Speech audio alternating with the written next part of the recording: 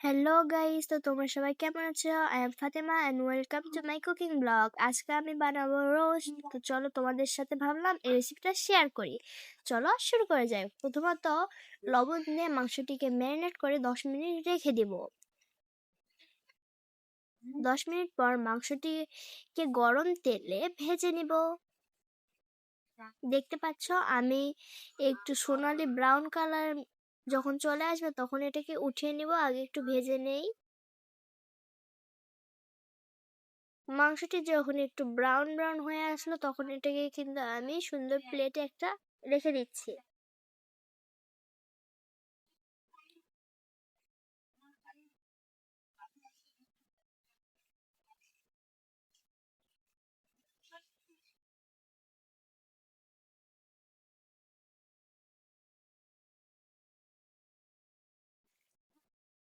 ওই তেলেই দিয়ে দিব পেঁয়াজ কুচি,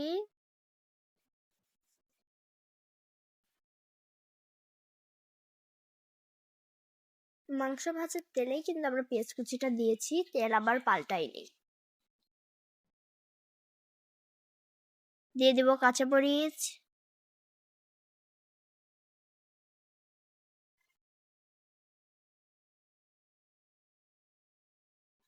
খুব ভালোভাবে দুইটাকে মিশিয়ে নিব।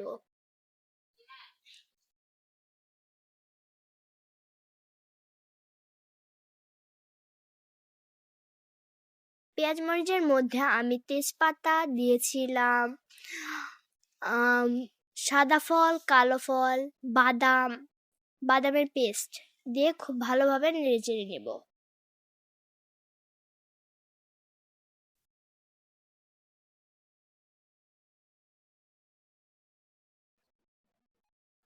মশলাটাকে খুব ভালোভাবে কষাতে হবে। আমি এখানে লবণও কিন্তু দিয়েছিলাম। দেখো মশলাটাকে আমি কিন্তু কষাচ্ছি খুব ভালোভাবে।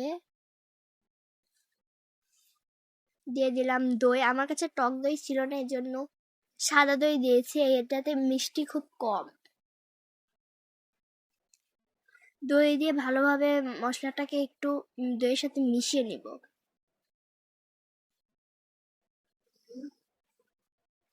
এটাতে দিয়ে দিব দুধ, লিকুইড দুধ গরুর।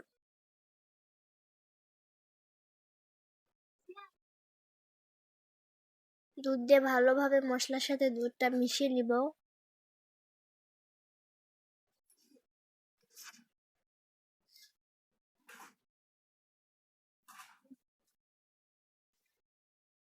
এই মশলাটা কিন্তু অনেকক্ষণ ধরে কষাতে হবে। তোমরা আমাদের দেখতে পাচ্ছ আমি অনেকক্ষণ ধরে এই মশলাটাকে কষাইতেছি,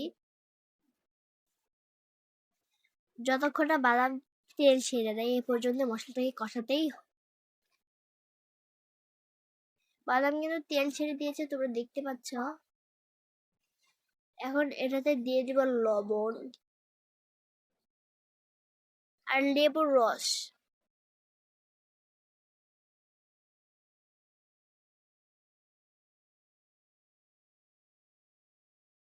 লেবুর রস দিয়ে ভালোভাবে মিশিয়ে নিব।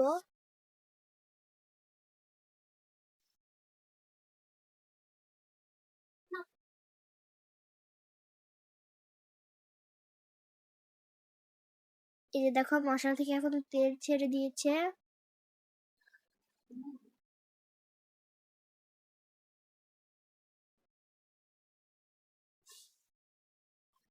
এ অবস্থায় আমি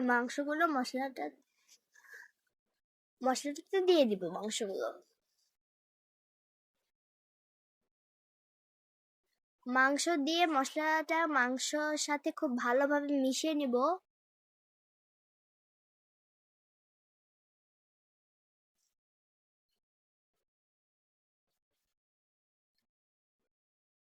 ভালোভাবে আমি মিশিয়ে নিয়েছি, তোমরা দেখতে পাচ্ছ।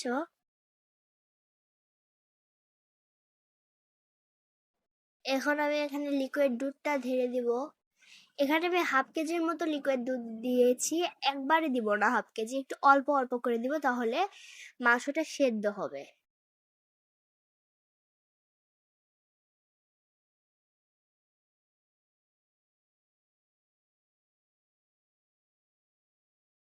এই যে দেখো কিছুক্ষণ কষিয়ে নিয়েছি দুধের সাথে মাংসটা।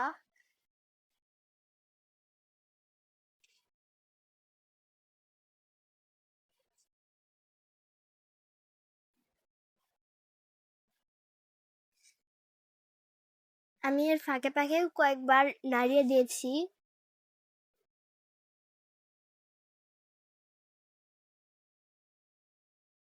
এখানে আমি আরো যে দুধটা ছিল ওটা সব ঢেলে দেব।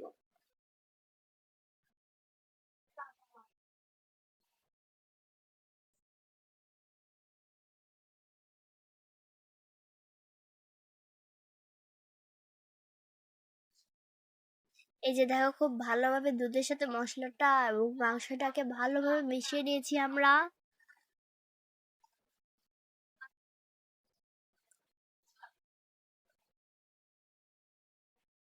দেখো, দুধের বুদবুদ উঠে গিয়েছে। মাংসটাকে ঢাকা দিয়ে রাখতে হবে যাতে মশলাটা ভালোভাবে মাংসের ভিতর ঢুকে যায় এবং মাংসটা সেদ্ধ হয়ে যায়।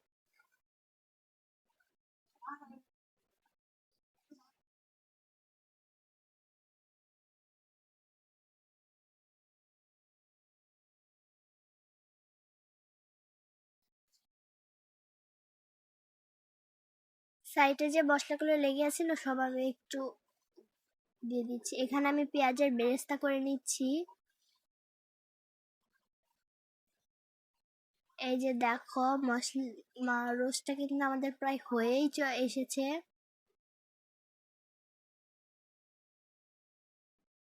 আর একটু আমি এখানে কাঁচামরিচ অ্যাড করেছিলাম। তোমরা তোমাদের স্বাদ মতো ঝাল এবং লবণ দিবে।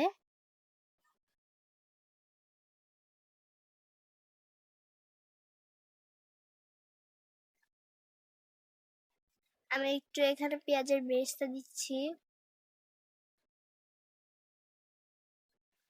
আর এই যে দেখো, আমাদের রোস্ট কিন্তু রেডি হয়ে গিয়েছে। তোমরাও চাইলে